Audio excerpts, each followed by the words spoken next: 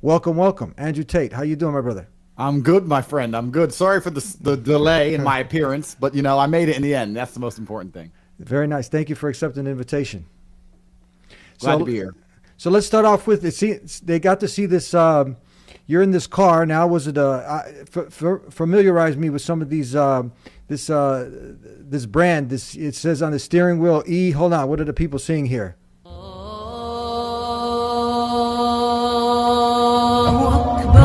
Bugatti. Bugatti.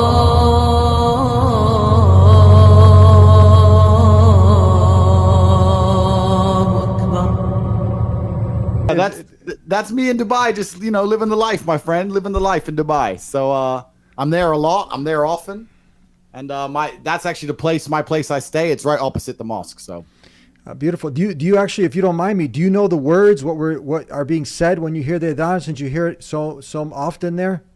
no, so I think you and I first started speaking after it was actually a video before this video. I believe I was on a podcast and I was explaining how much respect I have for the faith of Islam. And how it's a faith which is formidable and it's a faith that needs to be respected. If somebody says, look, the Muslims are angry at you, then it matters. But if someone says the Christians are angry at you, nobody cares anymore, right? And this is what I was trying to say. I have a lot of respect for the faith. I'm not a practicing Muslim. However, I do have absolute respect for it. So no, I don't understand the words. I don't know what it's saying. It's beautiful, but please tell me. I'd love to know. Yeah, that's what I love to do is, because it's so beautiful, but then actually you appreciate it even more. Like if you're telling somebody you speak Romanian. A little bit. Yeah. I speak a little bit Romanian, but I'm American originally. Yeah. You're from Chicago, no?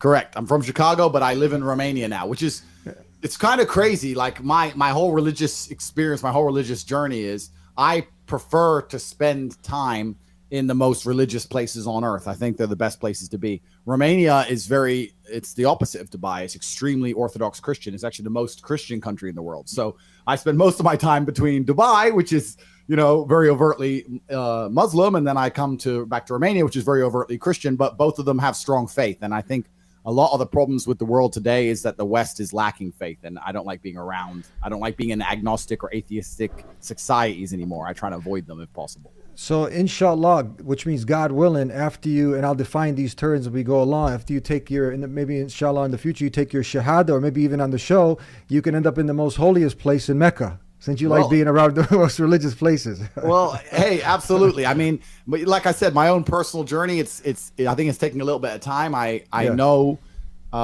people often ask me, what religion are you? And it's hard for me to answer that specifically. When I am in Dubai or near a mosque, I feel an energy that I'm at peace with and I enjoy. Wow. But I can't say it's not true also about particular churches here in Romania. So for now, all I know is I need to be a good person. And that's what I'm trying to do. But I stated it in the last podcast before, people often ask me, which religion when they ask me which religion I am, I make it very clear the religion I have the most respect for is Islam. It's not even close. It has to be. So just for educational purposes, I like to go ahead and just share with people, when you hear this adhan, and you'll probably appreciate even more what the person is saying. It's the call to prayer is God is the greatest. God is the greatest. There's no God but the one God. There's nothing worthy of worship but God. Come to prayer, come to success.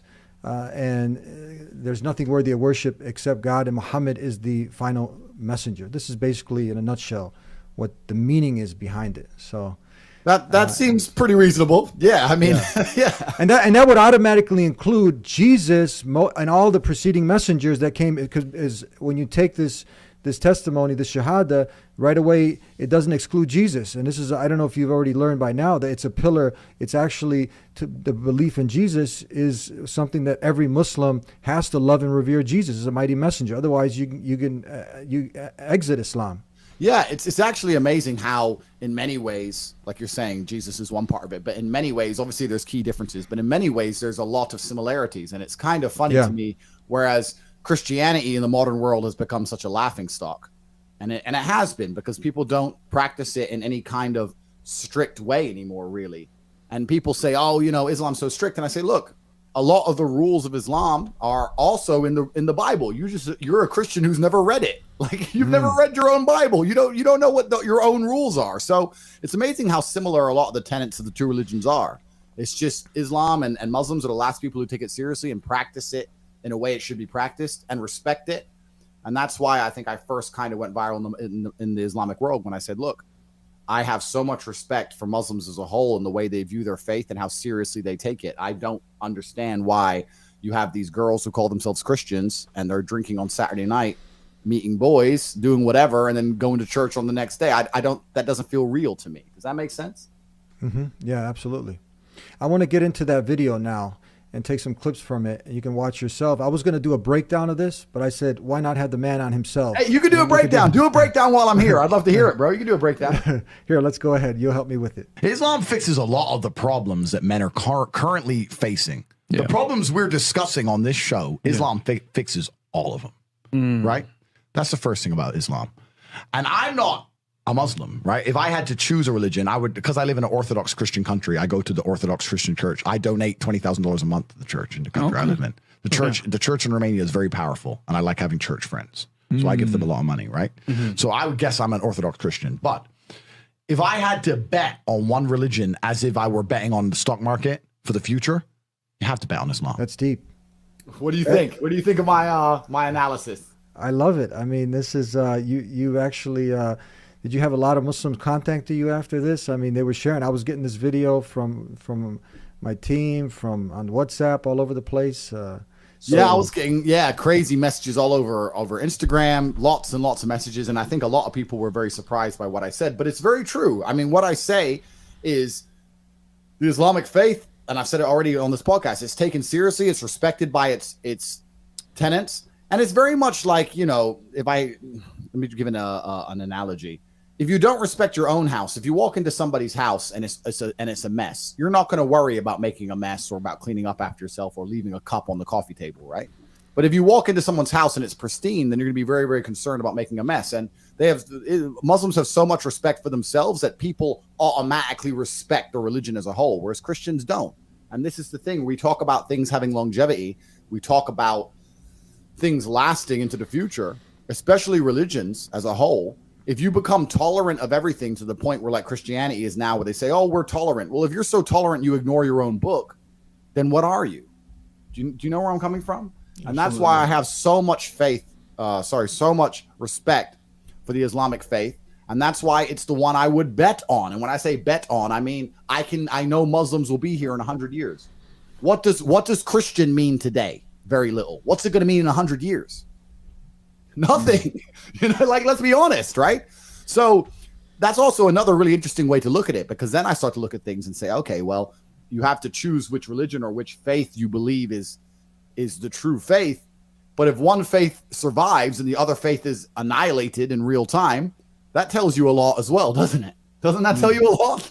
Absolutely. So it's really interesting for me. It's like I have not made any kind of final decisions, etc., but I try and analyze things from a very, very logical perspective. I know God exists, and then you go, okay, God exists, and there's all these different interpretations of God as such, but the only one I see which has a warrior class that people fear is Islam. That's the only one there is. Mm-hmm. Let's continue on here. Respect that about them. I respect that. That's an amazing thing about them, right?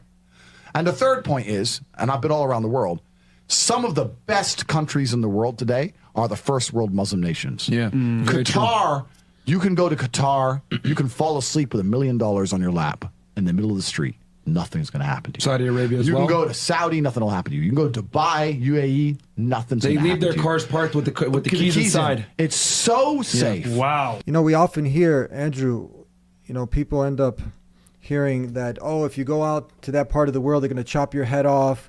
They create this fear and anxiety, for people living in America. But now you're talking about something totally the antithesis to this. You're talking about so safe. And you said something that if you could fall asleep in Qatar with $1 million on your lap, literally, and it'd still be there. Absolutely. And that's the thing. Yeah, you can get yourself in a lot of trouble in those countries if you turn up and disrespect the country as a whole. But why would you do that, right? If you turn up and you show the appropriate respect you're not going to have trouble in these places at all. All of the trouble that exists in the West, the general, I often say, like, it's kind of strange when you discuss crimes as a whole, right? It's kind of interesting to me that the Western democracies have always sold this lie that you're safe from the government if it's a democracy. Well, that's not true. That's been proven in real time recently, right? Canada's proved that. Australia's proved that. America's proved that. So you're never safe from your government. So a democracy as a whole is no safer to exist under than a kingdom, like the Kingdom of Saudi Arabia, or a dictatorship. You're no safer under a democracy. So we can remove that element, the whole idea that they're not democratic, because democracy doesn't provide anything or help anything in terms of safety from the government. But what a democracy does do is cause so much fraction and so much disintegration amongst the society that now you have to not only fear your government, you have to fear the normal people on the street. It's crazy. I read yesterday in LA, they're telling people no longer to wear jewelry. They're advertising on the news, don't wear jewelry. Wow. It's incredible. And this is the richest country in the world, right? And you go to these poor countries, but because people, like we just discussed, because people are religious, because people have a higher purpose, because they see beyond the material goods of only this world, it's a very safe place to be. I've been to these places and I feel completely, perfectly safe. Yes, of course I could get my hand chopped off if I'm an idiot. But why? But I would rather exist in a society where I know the lines and I know the boundaries and I know how I get myself in trouble and not do it than exist in New York City where I can be obeying the law and just be in the wrong place at the wrong time and get a drive-by. You know what I'm saying? Absolutely, yeah. These places are absolutely safe, and they're safe because they've maintained the basic structure of family, the basic structure, and the basic structure. That's all it is. When you maintain the basic structure of family, you maintain the basic structure of society. Yep. And that's all it is, right? And it's kind of amazing as well in first world Muslim nations, when you maintain the family structure, people also don't want to bring shame upon their family. So the family do a lot of policing. They don't want to have a member of their family that's out there committing crime, right? So like the West is broken on so many levels. And that's what I was kind of saying in that video, is that a lot of the problems are fixed by Islam as a whole. And the first world Muslim nations are proof of it. I think a lot of people think that Muslim countries are dangerous because of a lot of the war in the Middle East. But the war in the Middle East is propagated by the West anyway. That's America's fault. So, you know, it's crazy, really. How did you feel? Would you feel welcomed? Obviously, you've been there for a long time, Dubai. How did you feel now with the community, people welcoming, the hospitality, etc.? It's amazing. Like Dubai is the least racist place on the planet. I think 90% of the people there are from other places. You can be black, white, Filipinos are there, Vietnamese are there. Everyone's there from everywhere. Americans, everyone's there. It's amazing that you have a city which is statistically so safe with all these different people from all these different places, right? And they've done that by just maintaining some kind of social cohesion. You can't have degeneracy all around you 24/7 without degenerating as a person, right? And that's what's happened in the Western world.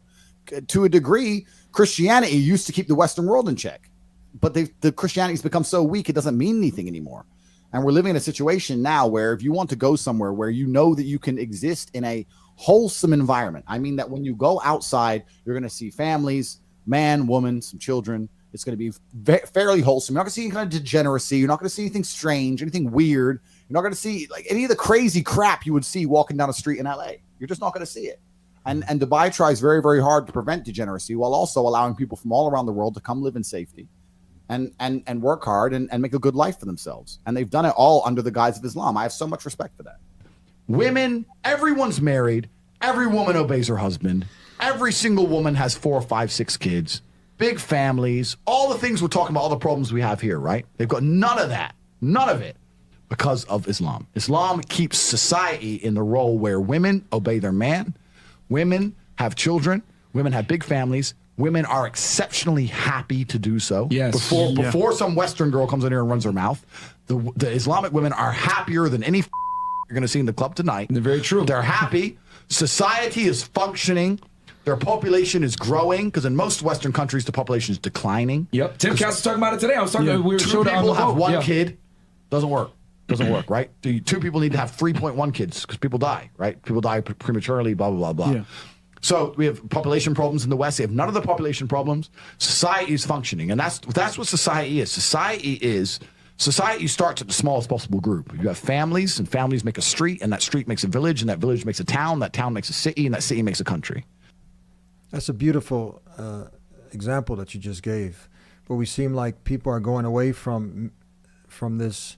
You gave this example how there's like a hierarchy. You have the husband running the house, then the wife, and there's some structure there, and people are having children. We see a lot of people walking dogs over here. Yeah, well, I mean, nothing against dogs. I'm not saying, but you seem like people have are taking more pets than children nowadays. Yeah, absolutely. And there's a bunch of reasons for that. And it's basically because I think both genders, especially in the West, have forgotten their roles as a whole. Like I understand why most men are not waking up thinking, you know what, I want to have a bunch of kids with a woman. The legal system's out to destroy you. Most of the women aren't going to behave themselves or comply in any kind of manner. Like I had many Muslim friends. I grew up in Luton in England, which is predominantly Muslim. And in England as a whole, London has a lot of Muslims as well. Yeah. And my Muslim friends used to say to me all the time, we'd be out and we'd be walking around and they'd see some girl in a short skirt or whatever. And they say, this is why I need an Islamic wife. Is she a wife? She's naked and drunk at 2 p.m. in the afternoon. Like there's you said hold on. Did you mean 2 a.m. or 2 p.m. actually? p.m. Sorry. 2 p.m. 2 p.m. in the afternoon. Wow. Just drunk and just, run around acting crazy. And there's a degree of, I mean, hey, I think if you were to ask any man if he'd want an Islamic wife, a wife who complies, who's not going to cheat, who behaves herself, who dresses modestly, maybe not even completely, full burqa, but dresses modestly, behaves appropriately, shows respect. That whole podcast was about how to try and make females basically act the way they've acted for the longest period of human history up until modern times where they've completely forgotten. And I said, well, Islam fixes it because they don't have any of these problems, right? We now live in a world in the West where we've thrown religion away and we've thrown cultural norms away. We've thrown so many things away. And there's a degree of confusion amongst people. People are lost. They really are, men and women. I think a lot of the Western women act so degenerate, and they don't do it because they're evil. They're doing it because they're trying to find happiness, and they can't find it, right? And they think, oh, maybe a new man's happiness, maybe drinking alcohol is happiness, maybe taking drugs is happiness. And if you don't ever find a higher purpose, you're just going to degenerate in a spiral downwards, and that's kind of what's happened. And now we're in a situation where in the West, a man can't find a wife worth having. And people keep saying, oh, men don't want to be men anymore. Men don't want to get married. Would you marry some chick you meet in the club in Miami? like you'd be a fool. Like I won't, So it's really interesting how society's degraded, and it's all started at the bottom. It's very hard to find a humble woman who's modest, who wants to have many, many children for a man she obeys and respects in the Western world outside of Islam. It's family levels broken, that it's broken the whole way up. Yep. And that's what's happened in the West. And the first world Islamic countries have none of those problems. So if you're going to talk about a belief system that fixes issues, you need to go to Islam. And I will say this that will fix everything. I just have absolute, even though I wouldn't identify as Muslim, I have absolute respect for the ideology, respect for the mentality, respect for the warrior aspect of it. I respect it. They don't play. They don't play. You can't insult their shit. But you can insult the church all day. You can make fun of it. They're show. True again, no? Yeah. And there's a lot of depth to what you're saying. Absolutely. Yeah, and what's the point of a belief system if it doesn't maintain society? Like I just said there how Islam will fix a lot of the problems of society. Well, what's the point of a belief system if it doesn't maintain society? Wasn't that the whole point of belief systems since the dawn of time? Wasn't it to show people how to live in a way which is going to benefit the world as a whole? Isn't that the whole point of a belief system? If you have a belief system that doesn't benefit society, then what good is it, right? Mm-hmm. Christianity ain't benefiting society anymore because no one's listening. Christianity is so weak, which goes on to the point I'm just about to make about how you cannot insult the Islamic faith. You cannot insult it. You cannot mock it. In the Christian countries, they mock Christianity all day long. They'll make fun of their own religion. It's incredible, right? And it's to the point now where on Netflix, on TV, they'll just mock it. But they still, even in these countries which see themselves as atheist or agnostic, will not mock the Islamic religion because they know that that's going to be a mistake. And this goes on to a wider point outside of religion, which is kind of my life philosophy. If you don't have the balls to fight and defend an idea, then you don't have an idea. It doesn't matter what you think. If someone comes along and says, it's not true, I apologize for swearing. If someone comes along and says, that's all right, we'll beep it out. If someone comes along and says, that's not true, and you're not prepared to stick up for yourself and defend your idea, then it doesn't matter anymore. If I say 2 + 2 is 4, and someone comes along and says 2 + 2 is 5, and he's about to hit me and I'm scared of him, then he becomes right. Might makes right to a degree. If you're not prepared to defend an idea, you don't have an idea. So if you're not prepared to defend a faith, you don't have a faith. And that's why when you start to add all these things up, it's like the last faith on the planet is Islam. There's no other faith that people are ready to die for and defend. And if you're not ready to defend an idea, you don't have an idea at all. Mm-hmm. And for those people who are tuning in and who are not acquainted, there's a lot of people who are Muslim watching this program, but we get a lot of not yet Muslims out there. And Islam simply means to gain peace, to acquire peace, purpose in life by submitting your will to the one creator of the heavens and the earth, God Almighty. In Arabic, we say Allah. In Aramaic, the language Jesus spoke, he would say Allah, Eloh. This is simply the one creator of the heavens and the earth. Now, you mentioned in one of your talks, you talk about Will Smith and some of the things that he's been through, with his marriage and that. Do you think he could have benefited from the system, the way of this way of life we're talking about? Absolutely, he could have. I mean, look at the absolute. He's become a laughing stock. He was the coolest guy in the world, right? Everyone loved Will Smith before his wife completely destroyed him and wrecked him. It's really crazy to me because we live in a world now where you have to be a real, I want to use the correct language here. You have to be an animal as a man. And I mean, you have to be like a real top shelf, top tier man to make sure that you can get through life in the Western world without either being embarrassed by a female, cheated on by a female, to still enjoy the company of females, to not have anyone try and take you to court or destroy you. Like if you're the top 1%, like I've done fine, then you can do it, right? But for the average man in the West, outside of the idea of an Islamic marriage, for example, there's basically no hope. There's no hope. Like, what are you going to do? What are you going to pull off? It's incredible. And I know a bunch of guys who are Christian and they go to the church and their Christian wives cheat on them. Like, the church ain't going to save you. This is what I mean. Like, wow. There's no faith. There's nothing there. And it's kind of, it's incredible. And you, like you say, you talk about Will Smith. I think a lot of people can benefit from the entire Islamic worldview. I think it's beneficial to society as a whole. And we look at, if you want to look at countries, I'd love to actually do this study. Maybe you know better than me. But if you were to look at countries in terms of police expenditure to crime, I would guarantee that the Islamic countries, the ones we just talked about, the first world ones, are some of the safest countries on earth per capita for the amount of money they spend trying to police crime. Whereas in other countries, we're just spending unlimited money trying to stop crime we can't stop.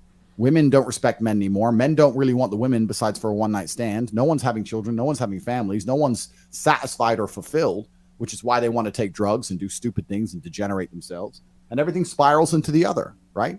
Humans need higher purpose. And this is the thing. I'll be completely honest with you, my friend. I was an atheist for a long time. I really was. I was an atheist for a long time. And I didn't truly, really believe in God until about maybe 7-8 years ago. I thought I was a smart ass and thought I was, atheist, blah, blah, blah. And then God started showing himself to me in many ways, whichever religion he's from. But then I realized that people need something to believe in. All these people who are atheists, they believe in climate change and abortion law and COVID more than anybody else. They have their beliefs. They have their religions, liberalism. And their religion is a religion of absolute degeneracy. Like, look at the things they purport. Look at how hard they tried to convince the world that it's a good idea that we eat the bugs and climate change and that people change gender and all this other garbage. So everyone needs something higher to believe in. And I think that correct me if I'm wrong, Islam is not even as old as Christianity, right? It's not even that old, is it? Well, it goes a little deeper. If I can just take a second and kind of run it down to you. See, what we believe is that you have the first man, Adam, and he was told to submit his will to the Creator alone, without associates, not to worship a stick, a stone, a bone, or anything in creation. So we believe that Islam started with the first man, Adam.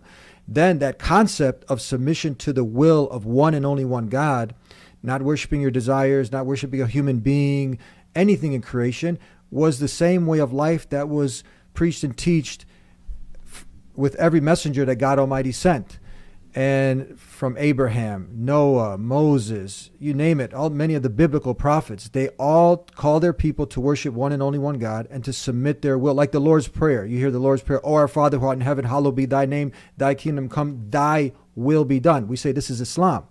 So just like at that time, if Abraham was asked if he ever heard this term human, he was a human, but he never heard the human, that term human. But now, if he was a human, he was.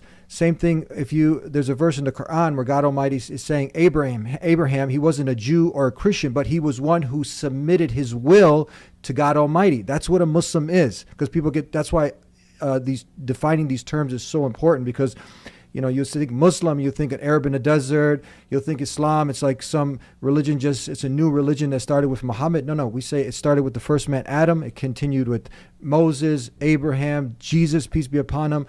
They all called people to Islam, to submit your will to the will of God, and they were all Muslims. They were all ones who submitted their will to one and only one God. It's very simple to understand, very, very, and then when you mention God, it goes with the innate nature. There's a beautiful verse in the Quran where it's 112th chapter where it says, "Qul huwa Allahu ahad." قل هو الله أحد الله الصمد لم يلد ولم يولد ولم يكن له كفوا أحد. Say he is God, the one and only, the unique, the eternal. He begets not, nor is he begotten, meaning that he's not born of anyone, nor does he die. He doesn't have children, a DNA, of zip code, an area code. No. And there's nothing comparable to him. Nothing. If you cannot compare anyone or anything to God. This is the pure monotheism. This is what distinguishes Islam from every other ism, is the pure monotheism. So I hope I answered your question. So we say it's not a new religion started with Muhammad. It's just the finality. He was just the final messenger, completing it with the living miracle that we have today, which is the Quran. Because Jesus at his time, to prove he was a messenger, he did certain miracles. But if you were to ask an atheist today, show me those miracles, you couldn't show them. But we believe in them. But today, anyone who takes a scientific, analytical approach, they will see from the preservation of the Quran to the prophecies, to many of the scientific statements. There's, the literary miracle of the Quran. There's just too many things that it doesn't add up that this would come from just a human being. So it's not blind faith in Islam. You use the faculties that God Almighty gave you. You look into the Quran. You look into the life of Prophet Muhammad, and then, like myself and many, you're like, this is not possible. This can come from a human being. And then you submit. Do you have a lot of Christians who convert or change? Do you have that a lot? You can go and watch, I got hundreds. I've been doing this since early 2000. We got hundreds and hundreds of programs with people. I have a good friend. He's from Romania. He's Gabriel Romani. He's somebody who was a Christian, and he accepted Islam. You have tons of stories of people, same thing, who are struggling with many of the concepts of God that are out there, and then they looked into all the different religions, like myself, and they saw that Islam just made the most sense. Like you're saying, the things that it fixed the problems, of society. It gave solutions, not only on how to go from the smallest things, from how to go to the bathroom, to how to run your home and how to run a country. Everything is laid out. And it doesn't make sense that this human being could have came up with these things, Yeah, it's true. It's absolutely interesting. And that's where the base of my faith comes from, my respect for it all. Tell me this. You said if we remove all the garbage in the fairy tales, if men are true to their biology, no man is a one-woman man. I truly actually believe that. I believe I think that obviously, okay, we're humans, right? We exist as biological animals, and then we exist with the degree of societal programming. And I think the femme-centric societies of the West have convinced men that we should have one woman and one woman only. And I can get conspiracy theorists on why that is, but I think a lot of it is down to the fact that they are trying very hard in the Western world to suppress the will of man. They want the Western male to a degree to be suppressed, and not suppressed in a way which empowers him, because I think there's different degrees of suppression, right? You can be suppressed in a way which will empower you, but you can also be suppressed in a way which will just destroy your will to fight. And I think a lot of that is down to, not down to this, but every single thing they do, every single thing society purports to a degree is not to empower men. And you're more likely to feel powerful as a man if you have 3 wives, or if you have a lot of female who adore you, right? But if you have one chick who doesn't obey you, who you can't divorce without losing the house, who won't even have sex with you and doesn't want to have your kids, and you're stuck with her, it's pretty hard to find warrior spirit. It's hard to act like a king if you don't feel like a king in your own household. And I think that if you were to go to any man in the world and be honest with him and say, look, it's perfectly acceptable for you to have this woman. She's going to be loyal to you. She's going to love you. She's going to stay with you. She's your wife. And you can also have this one, and she's going to be your wife. Same deal. I do not think there's a man alive who would say no to that. I really don't. Why would he? Why would he? Right? I think society tells us we're supposed to only have one. But I understand in Islam you can have four, I think. But I'm not an expert. You are. But I just think it's natural human nature to enjoy the company of more than one female. Or I think if you're a man of means, you could easily have more than one wife. I think that's perfectly normal, and I think that's been beaten out of the Western male as a suppression mechanism. Inshallah, God willing, when you do take your shahada, which is simply a testimony that there's, again, that's like in the adhan, when you were listening to it and you were in your car, that simple statement that there's nothing worthy of worship except Allah and Muhammad is his messenger. So inshallah, when you take your shahada, do you see yourself being someone that would need 4 wives? Because somebody in your state, is that something where now this, if you want to be someone who's devoted to God 100%, and now if it's in marriage, and now God is giving you an avenue, is this also another proof? Because if I have Christians come to me and say, you know what, Eddie, scratching their head. I had one professor of jiu-jitsu. I teach Brazilian jiu-jitsu, great jiu-jitsu, and a friend of mine, we're on the mats together, and out of nowhere, he comes to me and says, Eddie, you know what? I've been thinking about this. He goes, it makes sense that man can have more than one wife. There's more women, and this, that, and the other. He's using his logic, and he just out of nowhere came up with this. But you know what else more than one wife will give you? It'll give you children faster. Because even the most atheistic or the most Christian men I know, they might have 2 or 3 babies, and it'll take 5 to 6 years by the time the woman gets pregnant, et cetera, blah, blah, blah. And they said, I'd love to have more kids. My wife's finished now, et cetera. Look, if you're a man of means financially, let's say me, for example, I'm financially very well off. I'd love to have 10 children. I can't get that from one woman. Maybe I could, right? But you understand the point, right? So there's also a bunch of other benefits to having 4 wives. Just have a nice, big, large family. I mean, why be a man? This is why you're on the planet, right? You're on the planet to spread your genes and spread your ideas and to conquer the best you can. It's inside of every single male. We all have that natural instinct inside of us, the masculine instinct for conquest. That's why we went to war like we did since the dawn of human time, right? You want to be old on your rocking chair and look down at all your children who obey you. And you want to be proud with what you've done. And yeah, having a bunch of wives makes a whole bunch of sense.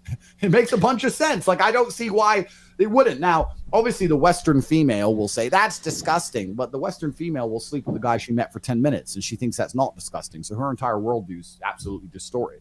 I don't think there's anything wrong with many women sharing a man who has the means to take care of them and provide for them. I think that's completely natural. Many people, they twist this and they think this is like some harem of a Muslim with all these women and whatnot. They get this Hollywood image or whatnot. But, this is a woman's actual right, a woman to choose the best man out there to go ahead, when there's also, you look in today's society where, like you're saying, it's hard to also have a strong family. This is a responsibility. This is not just something where you're just playing with them. You're taking her on, you're caring for her, and not every man can do this. It takes a man to do this. And many, you talk about this also, the difference between, and fill us in, what's a beta male, alpha male, and women, the hypergamy, women looking for the best men out there. And a lot of them, you also talk about men have turned into cowards. You know what I mean? So it's a role that it's hard to fulfill. But for someone like you, who now, and somebody, let's say, who is used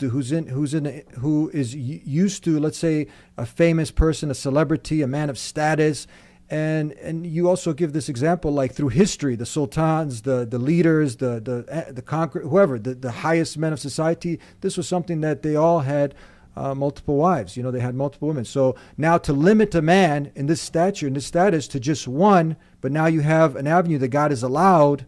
What do you say? But this is the exact point, right? This is why a lot of the degeneracy that exists amongst Western world leadership exists. Like, if you look at rich men in the West, right?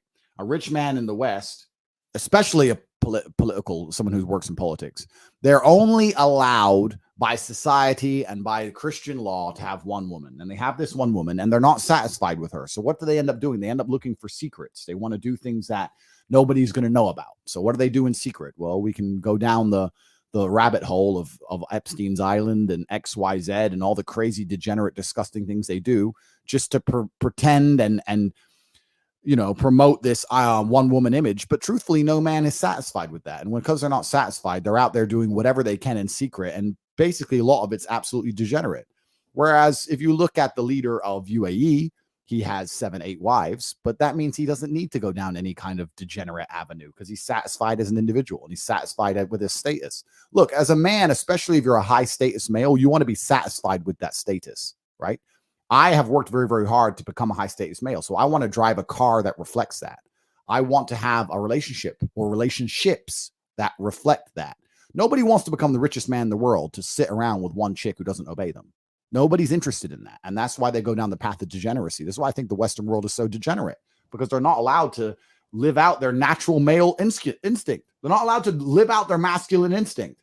Even if you look at, let's say, a country which is still Christian, but is not bound by the same societal rules. If you look at, let's say, Russia, right? Every rich man in Russia, every oligarch, he has a wife, but he has 5 19-year-old girlfriends, and society's fine. So there's no Epstein's Island. There's no, Hunter Biden's laptop and cracked out prostitutes and all this insanity. And all that's just basically comes down to the fact that they've told rich, powerful men they're allowed one woman only. And they end up just going down a path of secrecy and degeneracy to try and feel satisfied. And that's another thing that Islam fixes, because you can be a man of stature, a rich, powerful man, have 4 wives that reflect that. And I think 4 wives are probably about enough for any guy. So you'll be okay. You're not going to start running around the world doing insane things. That's the limit there. 4 wives. So tell me then, just since you mentioned Ukraine, that's another example. If all the men go out, because you have this whole movement with the feminism, and now the men are the ones who are stepping up, going out and getting killed in the war. And now let's say you have an abundance of women. This solves the problem? No. Absolutely, it does. Yeah. And the whole feminism argument is amazing how quickly that disappears when war starts, right? So that's out the window. But yeah, it does fix the problem. And also, it's kind of sad. Like, I live in Romania, which is next door to Ukraine. And since the war started, I'm getting a lot of messages from girls who live in Ukraine trying to come live with me in Romania, effectively, kind of run away to a degree. And it's kind of sad. Like, imagine being a man in a trench in the freezing cold to defend a country. And then the most beautiful women of your country are just trying to use Instagram to bounce to some millionaire's house. Like, I don't know, man. The whole dynamic is kind of scary to me. I really, and that's another thing. Like, when we go back a point, not to over iterate, but to go back to what we were talking about earlier about how you cannot disrespect the Islamic faith. I understand and respect the people, even all the wars that happen in the world. It makes so much more sense to me to fight for an idea or a religion or a faith than it ever would be to fight for a country, for example. I don't think there's any country on earth worth believing in. I do think it's worth believing in God. I don't think it's worth believing in any country. I think it's probably the only thing worth fighting for and defending. If I was Ukrainian, I would not be interested in defending Ukraine as a sovereign state, because I know too much about politics and corruption and how it all works, and I understand the world too well to go get blown up for no reason, So it's another thing that's interesting. So yeah, it's certainly an interesting world. But when you take religion or faith as a whole out of the world, there's very little left but just degeneracy, hedonism, corruption on every level. And then what's your life purpose, right? What are you trying to do? Okay, you're trying to have a bunch of kids. Maybe that's probably the most noble thing you could do. But if you're going to do that without any kind of religious framework to install in them, without any kind of faith for them to grow up under, then who are they going to become? Are they just going to become people who consume Netflix and new slaves to the New World Order? Is that what